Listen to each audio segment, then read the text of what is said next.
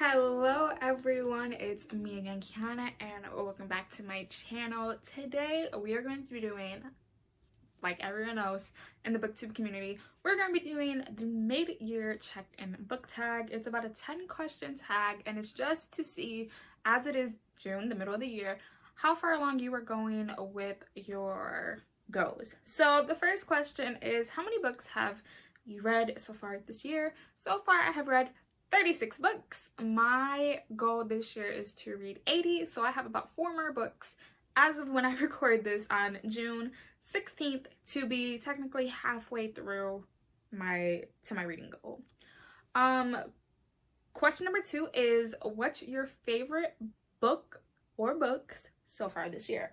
I'm going to show you guys about 3 because I do have a separate video that will be coming out most likely after this video that is all of my favorite books so far this year and going into depth of what they are and why I like them. So one would be They Both Die at the End by Adam Silvera. This is in a world where the day you die, you get a call that says within 24 hours you will die. It lets you plan out your funeral, what you want on your tombstone, and you can go on the Last Friends app and meet someone who is also dying and you can be friends. We follow 2 different characters, Mateo and Rufus, who are gonna die on the same day, and it is a romance novel. I absolutely love this one. This one is a 5 out of 5 stars. My second favorite would have to go to Heartstoppers Volume 1 by Alice Oseman. This is an LGBTQ plus book. We follow 2 boys, Charlie and Nick. Charlie is gay and he was outed as gay his freshman year. And his sophomore year, he is seated with an 11th grader named Nick, who is on the rugby team, and they become friends. Nick gets Charlie into rugby. They start spending time together. Charlie realizes he likes Nick. Nick does not know if he's gay and he likes Charlie. This, of course, again, was a 5 out of 5 stars. And then finally, it would be Chain of Gold by Cassandra Clare. This is the first book in the Last Hour trilogy. This follows basically the children of the characters in the Infernal Device trilogy. We follow James and Lucy Arendelle,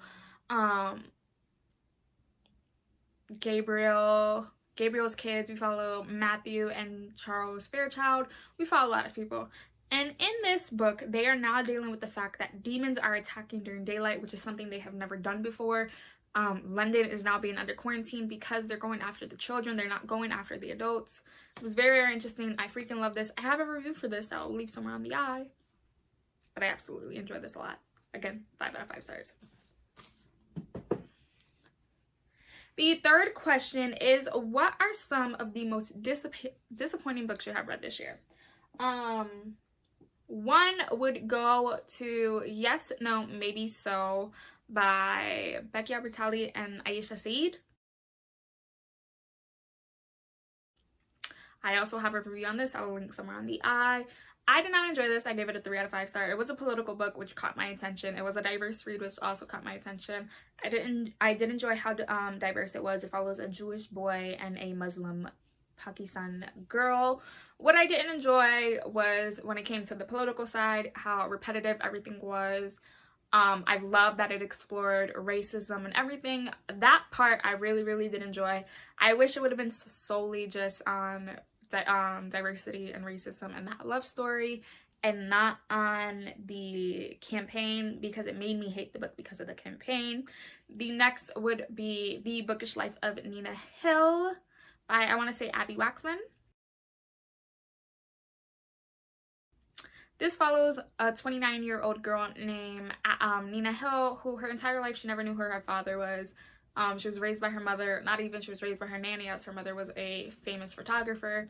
And one day a lawyer comes to her job and says, your father has passed away, you have siblings, and he has left your name in his will so you can inherit stuff. Nina suffers from anxiety, and it was really interesting. It was just very slow and I didn't enjoy it that much. That was also, I believe, a 3 out of 5 stars.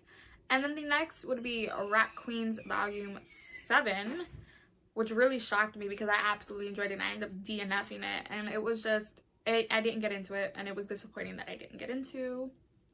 But yeah, Question number 4 is, what genre have you read the most of this year? And it would have to be YA. I have read majority young adult, but within young adult, it would be sci-fi young adult. I haven't read contemporary, I haven't read dystopian, I've read majority sci-fi. I'm not complaining, but I do need to broaden out more. Question number 5 is, name a favorite author you discovered this year. The first one would have to go to Brittany Cavallaro, who is the author of the Charlotte Holmes series. So far, I think there's only 4 books: A Study in Charlotte, The Last of August, A Case for Jamie, and A Question for Holmes. And this follows the great whatever granddaughter of Sherlock Holmes and the great whatever grandson of Dr. Watson, who become friends in their junior year of high school when they're both getting set up for murder. So yeah, I absolutely love this. I'm currently listening to the 3rd book right now, and I'm really enjoying it. Question number 6 is, what's the most surprising good book you've read so far this year? And that would have to go to Truly Devious by Maureen Johnson. This is a murder mystery book. This is a dual timeline. And in this book, we follow a girl named Stevie who is getting accepted into the Ellingham Academy. And in the mid-1920s, the founder of Ellingham Academy's wife and daughter gets kidnapped. The wife is murdered, but the daughter is never found out. So Stevie gets accepted into Ellingham Academy based off the fact that she wants to be the one to solely find out who truly did it, because the person they locked away didn't really do it. I really enjoyed it. It was a 5 out of 5 stars.